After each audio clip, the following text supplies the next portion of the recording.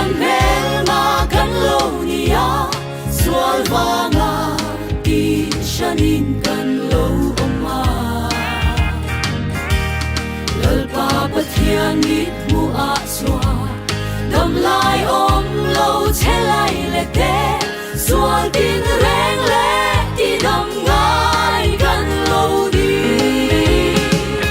Calvary dam na tu om như tin re a tu a piang ta ni lấy lẽ van bụi thiêng lal về lal i xóa en có lạ xóa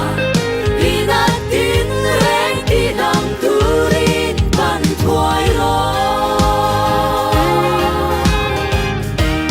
mi tel ke bai zeng har ke le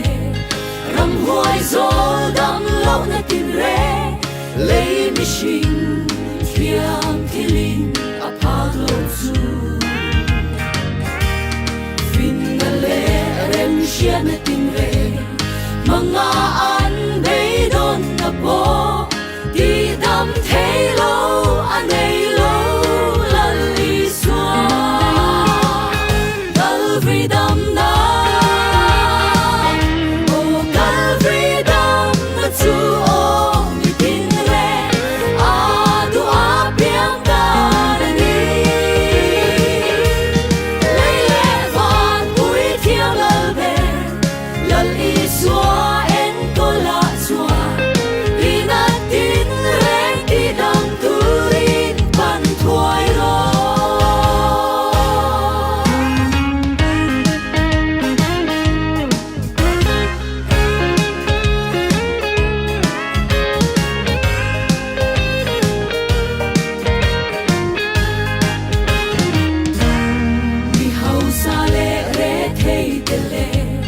mi tin reng le atu apia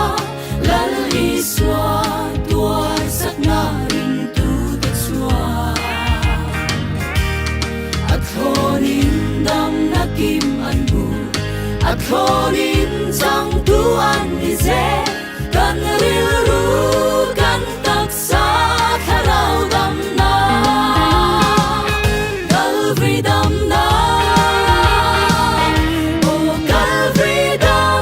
tu om như tin re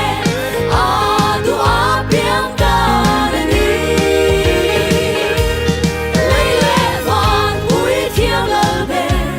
lal i xóa en có lạ xóa đi na tin reng ti dam tu rin ban thoại lo